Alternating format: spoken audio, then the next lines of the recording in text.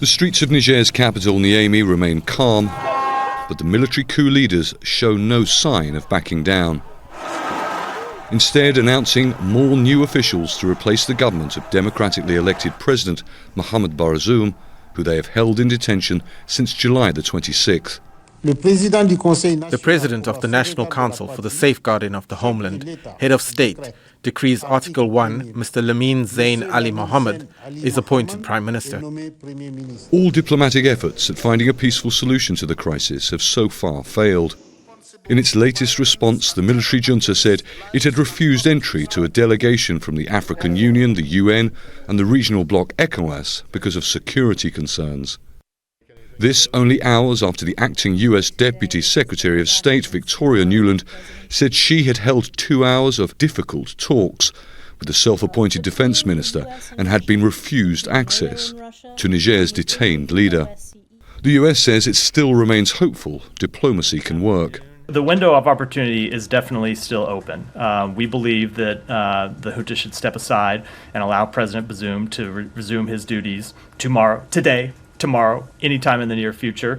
ECOWAS is struggling to pull together a military force comprised of soldiers from member states which it has threatened to use as a last resort in a potential military operation to reinstate the deposed Nigerian president. Nigeria's President Bola Tinubu is the new chairman of ECOWAS.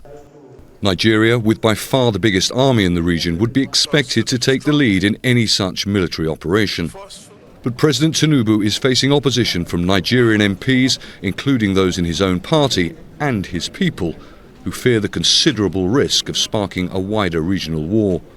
And if that were to happen, it could lead to a deterioration in the already difficult fight against armed groups like Boko Haram, ISIL and Al-Qaeda. We have multiple levers on which we can leverage to achieve the end that we are seeking to achieve, which is to uphold the ECOWAS protocols by ensuring that there is a return of civilian democratic rule under the leadership of President Bazoum. The refusal by Niger's coup leaders to allow entry into the country by a combined United Nations, African Union and ECOWAS delegation comes 2 days before a second emergency ECOWAS summit on the crisis.